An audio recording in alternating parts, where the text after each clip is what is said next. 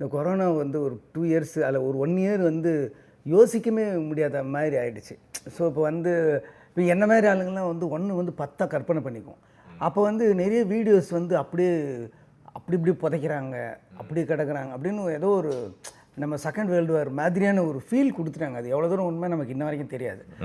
ஒரு ஒரு ஒரு தப்பான ஃபுட்டேஜ்லாம் போட்டுக்கிட்டு நம்மளை வந்து ஒரு பேனிக்கில் வச்சுருந்தாங்க. ஸோ அப்போ வந்து என்னால் எதுவுமே திங்கே பண்ண முடியல.